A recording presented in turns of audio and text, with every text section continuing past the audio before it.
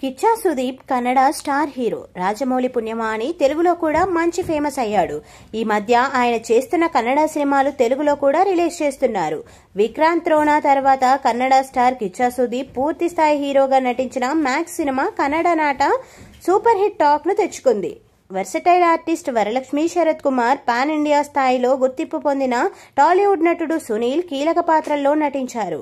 వి creations, Kichcha creations సంస్థలపై తమిళ top producer కైలైపులి yes తాను ఈ చిత్రాన్ని నిర్మించారు. విజయ్ కార్తికేయ దర్శకత్వం వహించారు. డిసెంబర్ 27న ఏషియన్ సురేష్ ఎంటర్టైన్మెంట్ ద్వారా తెలుగులో గ్రాండ్ థియేట్రికల్ రిలీజ్ అయింది.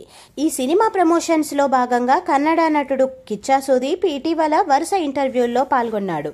అందులో భాగంగా స్టార్ హీరోలు ప్రభాస్, విజయ్ల గురించి ప్రస్తావించాడు. ప్రభాస్ మంచి వ్యక్తి అని, చాలా సింపుల్ గా ఉంటారన్నారు.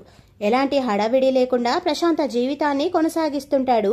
సక్సెస్ అయినా ఫెయిల్యూర్ అయినా ఒకే విధంగా స్పందిస్తాడు. కొంచెం కూడా గర్వం ఉండదు అని సుదీప్ ప్రభాస్ పై తన అభిప్రాయాన్ని వ్యక్తం చేశాడు. కోలీవుడ్ హీరో విజయ్ తో కలిసి తాను పనిచేసినట్లు చెప్పాడు. ఆయన ఎన్నో గొప్ప కలలు కంటుంటారన్నాడు.